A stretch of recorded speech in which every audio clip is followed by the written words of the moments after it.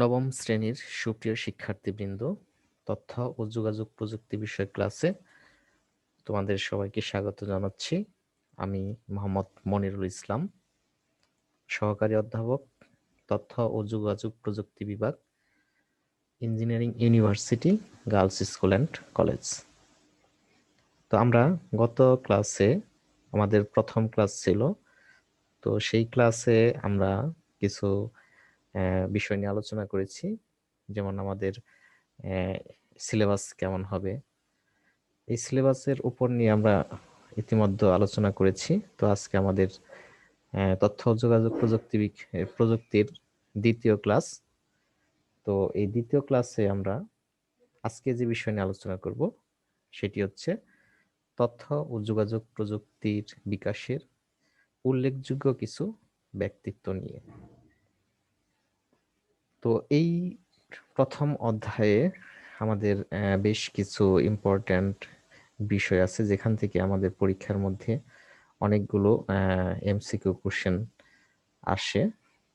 তো আমরা দেখো, এখানে আমরা কিছু বিষয় পড়ব এবং এর মাঝামাঝি থেকে আমাদের যেই এমসিকিউ এর জন্য যে বিষয়গুলো তোমাদের পড়তে হবে সেগুলো আমি এখানে আলোচনা করব।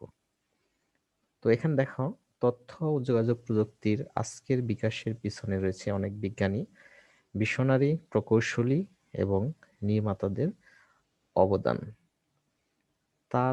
তারহীন যোগাযোগ ব্যবস্থা, কম্পিউটারের গণনা ক্ষমতা বৃদ্ধি এবং মাইক্রো ইলেকট্রনিক্সের বিকাশ বর্তমানে আইসিটিকে মুঠোর মধ্যে নিয়ে এসেছে। আধুনিক কম্পিউটারের বিকাশ বা প্রচলন শুরু হয় চার্লস ব্যাবেজ নামে একজন ইংরেজ প্রকৌশলী ও গণিতবিদের হাতে। এখানে থেকে একটা কোশ্চেন আমাদের আসে যে আধুনিক যে কম্পিউটার বিকাশ শুরু হয় আসলে কার হাত ধরে। তো চার্লস ব্যাবেজ, যিনি 1791 সালে জন্মগ্রহণ করেন এবং 1871 সালে মৃত্যুবরণ করেন। তো আমাদের এই জন্মসাল এবং মৃত্যু সালটা মনে রাখতে হবে। এবং এখানে আরেকটা কোশ্চেন হয় যে তিনি কি ছিলেন। তিনি একজন প্রকৌশলী ও গণিতবিদ ছিলেন। তো দেখো, তারপরে আমরা দেখি আর কি ইনফরমেশন আছে এখানে। তো অনেকে তাকে আধুনিক কম্পিউটারের জনক বলে থাকেন। তাহলে আধুনিক কম্পিউটারের জনক বলে থাকেন চার্লস বেবেজকে, এটাও তোমাদের ইনফরমেশন জানা থাকতে হবে। তিনি তৈরি করেন ডিফারেন্স ইঞ্জিন। তো তিনি কি তৈরি করেন? Difference engine. তো কোশ্চেনটা এরকম হয় যে ডিফারেন্স ইঞ্জিন কে তৈরি করেন, তাহলে কার নাম হবে?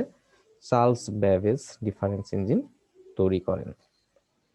1991 সালে লন্ডনের বিজ্ঞান জাদুঘরে চার্লস ব্যাবেজের বর্ণনা অনুসারে একটি ইঞ্জিন তৈরি করা হয়। দেখা যায় যে সেটি সঠিকভাবেই কাজ করছে এবং পরবর্তীতে তিনি অ্যানালিটিক্যাল ইঞ্জিন নামে একটি গণনা যন্ত্রের পরিকল্পনা করেন। আসলে আমাদের তাকে আধুনিক কম্পিউটারের জনক বলে থাকেন কেন? এর কারণ হচ্ছে তিনি যে ইঞ্জিনটি তৈরি করেছিলেন ডিফারেন্স ইঞ্জিন এবং তার পরবর্তীতে অ্যানালিটিক্যাল ইঞ্জিন, তো এই ইঞ্জিনের উপর ভিত্তি করেই আমরা এখন যে কম্পিউটারগুলো ব্যবহার করে থাকি সেই কম্পিউটারের তৈরির বা বিকাশের শুরু হয়েছে কিন্তু এই চার্লস ব্যাবেজের তৈরিকৃত ডিফারেন্স ইঞ্জিন থেকে। তো তিনি ধারণা দিয়েছিলেন বলেই তাকে আধুনিক কম্পিউটারের জনক আমরা বলে থাকি। তো তারপর দেখো, এখানে আরেকজন বিজ্ঞানী নিয়ে আমরা আলোচনা করব।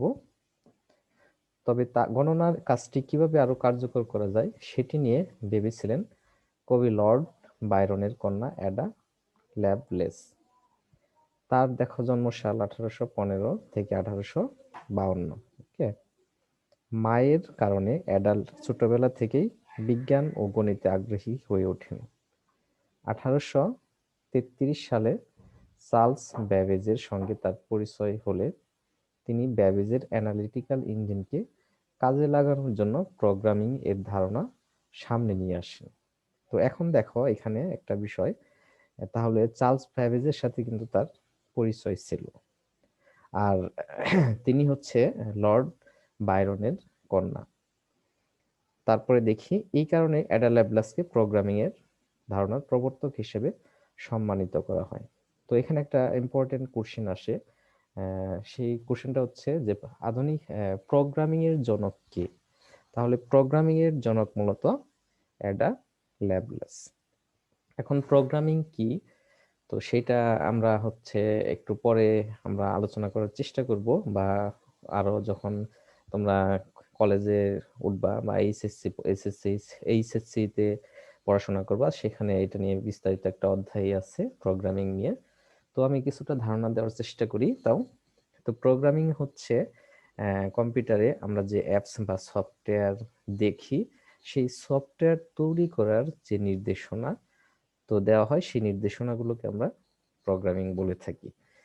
তো সেই প্রোগ্রামের প্রথম ধারণা দেন হচ্ছে এই অ্যাডা ল্যাবলাস, যে তিনি।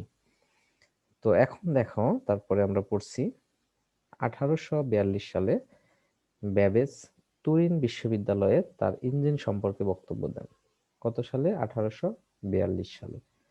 সে সময় অ্যাডা ব্যাবেজের সহায়তা নিয়ে পুরো বক্তব্যের সঙ্গে ইঞ্জিনের কাজের ধারাটি বর্ণনা করেন। কাজের ধারা বর্ণনা করার সময় তিনি এটিকে ধাপ অনুসারে ক্রমাঙ্কিত করেন। অ্যাডার মৃত্যুর 100 বছর পর অর্থাৎ 1953 সালে সেই নোট আবারও প্রকাশিত হলে বিজ্ঞানীরা বুঝতে পারেন অ্যাডা ল্যাবলাসই অ্যালগরিদম প্রোগ্রামিং এর ধারণাটা আসলে প্রকাশ করেছিলেন। এখন দেখো, এখানে একটা শব্দ আছে অ্যালগরিদম। তো আসলে এই অ্যালগরিদম শব্দটা তোমরা হচ্ছে নতুন হয়তো জানতে পারলা। তো অ্যালগরিদমটা আসলে কি সেটা আমি একটু ধারণা দেওয়ার চেষ্টা করব। তো যে কোনো সফটওয়্যার বা প্রোগ্রাম লেখার আগে তো খাতা কলমে সেই প্রোগ্রামের একটা ছক তৈরি করা হয়, অর্থাৎ ধাপে ধাপে। আমরা এভাবে চিন্তা করতে পারি যে কোনো প্রবলেম সলভ করার পূর্বে ওই যে ধাপগুলো, কোন কোন ধাপে এটা সলভ করতে হবে সেই ধাপগুলো লেখা থাকে, সেই ধাপগুলোকে একত্রে আমরা অ্যালগরিদম বলে থাকি। তো আমরা যারা প্রোগ্রামিং করে থাকি, যে কোনো প্রবলেম সলভের আগে সেই প্রবলেমটা কিভাবে সলভ করতে হবে তার একটা অ্যালগরিদম আমাদের ডিজাইন করতে হয়, এবং প্রোগ্রামাররা সেই অ্যালগরিদমের উপর ভিত্তি করেই সেই প্রোগ্রাম রচনা করে থাকেন। এই জন্য কিন্তু চার্লস অ্যাডা ল্যাবলাসকে একদিকে যেমন প্রোগ্রামিং এর জনক বলা হয়, এবং অ্যালগরিদমেরও ধারণার প্রবর্তকও কিন্তু সেই। এটা কত সালে বুঝতে পারে? তার মৃত্যুর 100 বছর পর।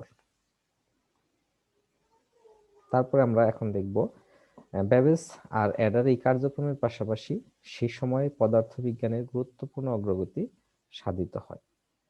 তাহলে দেখো, বিজ্ঞানী জেমস ক্লার্ক ম্যাক্সওয়েল, তোমরা হয়তো নাম শুনেছ, তিনি তড়িৎ চুম্বকীয় বলের ধারণা প্রকাশ করেন, যা বিনা তারের বার্তা প্রেরণে একটি সম্ভাবনাকে তুলে ধরে। তাহলে বিনা তারে অর্থাৎ তারবিহীন তড়িৎচুম্বকীয় যে বল, সেটার ধারণা প্রকাশ করেন এই জেমস ক্লার্ক ম্যাক্সওয়েল। তো এখানে তোমরা এটা মনে রাখবা যে তড়িৎচুম্বকীয় বলের ধারণা প্রকাশ কি করেন, তাহলে আমরা বলবো জেমস ক্লার্ক ম্যাক্সওয়েল। তারপরে হ্যাঁ, এখানে আমাদের একজন বাঙালি বিজ্ঞানীর নাম আসছেন। তিনি বাঙালি বিজ্ঞানী জগদীশ চন্দ্র বসু। তিনিও বিনা তারে এক স্থান থেকে অন্য স্থানে বার্তা প্রেরণের প্রথম সফল হন, কিন্তু তার এই ফলাফলটা প্রকাশিত হয়নি এবং স্বীকৃতি পায়নি। দেখো, 1895 সালে জগদীশ চন্দ্র বসু অতি ক্ষুদ্র তরঙ্গ ব্যবহার করে এক স্থান থেকে অন্য স্থানে তথ্য প্রেরণে সক্ষম হন, কিন্তু তার এই আবিষ্কার প্রকাশিত না হওয়ায় সার্বজনীন স্বীকৃতি পায়নি। অর্থাৎ তখন সে নিজে আবিষ্কার করেছিল, বাট এটা প্রকাশিত হয়নি, এবং প্রকাশিত না হওয়ার ফলে সার্বজনীন স্বীকৃতি পায়নি। তবে সমসাময়িক সময় বেতার তরঙ্গ ব্যবহার করে একই কাজ প্রথম প্রকাশিত হওয়ায় সার্বজনীন স্বীকৃতি পান ইতালির বিজ্ঞানী গুগলি এলমো মার্কনি। তো এই মার্কনি আমরা ছোটবেলা থেকে কিন্তু পড়ে আসছি যে বেতার যন্ত্রের আবিষ্কারক কে। তো আমরা মার্কনির নাম জেনে আসছি এ পর্যন্ত। তো এখানেও আমরা সেই হিসেবেই জানবো যে এখানে একটা কোশ্চেন আসে যে বেতার যন্ত্রের আবিষ্কারক কে, তো তখন আমরা কি বলবো? মার্কনি। ওকে, মার্কনি 1874 সালে জন্মগ্রহণ করেন এবং 1937 সালে মৃত্যুবরণ করেন। তারপর যখন ইলেকট্রনিক্স প্রায় 20 শতকের দিকে ইলেকট্রনিক্সের বিকাশের পর প্রথমে আইবিএম কোম্পানি মেইনফ্রেম কম্পিউটার তৈরি করে। পর্যায়ক্রমে 1971 সালে মাইক্রোপ্রসেসর আবিষ্কৃত হলে সাশ্রয়ী কম্পিউটার তৈরির পথ সুগম হয়। তো আমরা মাইক্রোপ্রসেসর এই শব্দটার সাথে পরিচিত আছি, কিন্তু এটা কি মূলত আমরা হয়তো সবাই জানি না। তো আমরা এটা নিয়ে পরবর্তীতে আলোচনা করব।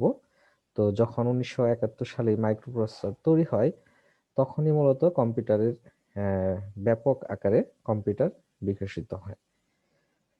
তো 20 শতকের 60-70-এর দশকে ইন্টারনেট প্রোটোকল ব্যবহার করে আরপানেট আবিষ্কৃত হয়। বলা যায় তখন থেকে নেটওয়ার্কের মাধ্যমে কম্পিউটার সমূহের মধ্যে আন্তঃসংযোগ বিকশিত হতে শুরু করে। তো আরপানেট আমরা বলতে পারি যে ওয়ান কাইন্ডস অফ নেটওয়ার্ক, ছোট আকারের। তো এই আরপানেট মানে হচ্ছে যে কম্পিউটার যে বিভিন্ন ডিভাইস থাকে, তো সেই ডিভাইসগুলোর মধ্যে একটা আন্তঃসংযোগ তৈরি করা হয় এই আরপানেটের সাহায্যে। আর এই বিকাশের ফলে তৈরি হয় ইন্টারনেট। তাহলে ইন্টারনেটটা মূলত আসছে আরপানেট থেকে। ওকে। তো 1971 সালে আরপানেটে ইলেকট্রনিক মাধ্যমে পত্রালাপের সূচনা করেন আমেরিকার প্রোগ্রামার রেমন্ড স্যামুয়েল টমলিনসন, এবং তাকেই কিন্তু এই ইমেল সিস্টেমের জনক বলা হয়, এবং তিনি প্রথম ইমেল সিস্টেম চালু করেন। তো এটা খুব ইম্পর্টেন্ট একটা কোশ্চেন, আমরা যে এখন ইমেল ব্যবহার করে থাকি, তো এই ইমেলটা টমলিনসন নামক একজন আমেরিকার প্রোগ্রামার, তিনি এটা আবিষ্কার করেছেন। তো প্রিয় শিক্ষার্থীবৃন্দ, আমাদের আজকের টপিকসের যে পড়াশোনা এখানে এই পর্যন্তই। তো এরপরে এই ভিডিওর শেষে দেখবা একটা ডিসক্রিপশন বক্স আছে, সেখানে আজকে যতটুকু আমি পড়লাম ঠিক তার উপরই একটা পরীক্ষায় তোমরা অংশগ্রহণ করবে, এবং এই অংশগ্রহণ করলে আজকের যে অ্যাটেন্ডেন্স তোমরা সেটা পেয়ে যাবে। তো সবাই ভালো থাকবা, সুস্থ থাকবা। আজকে এই পর্যন্ত আমি এখানেই শেষ করতেছি। ধন্যবাদ সবাইকে।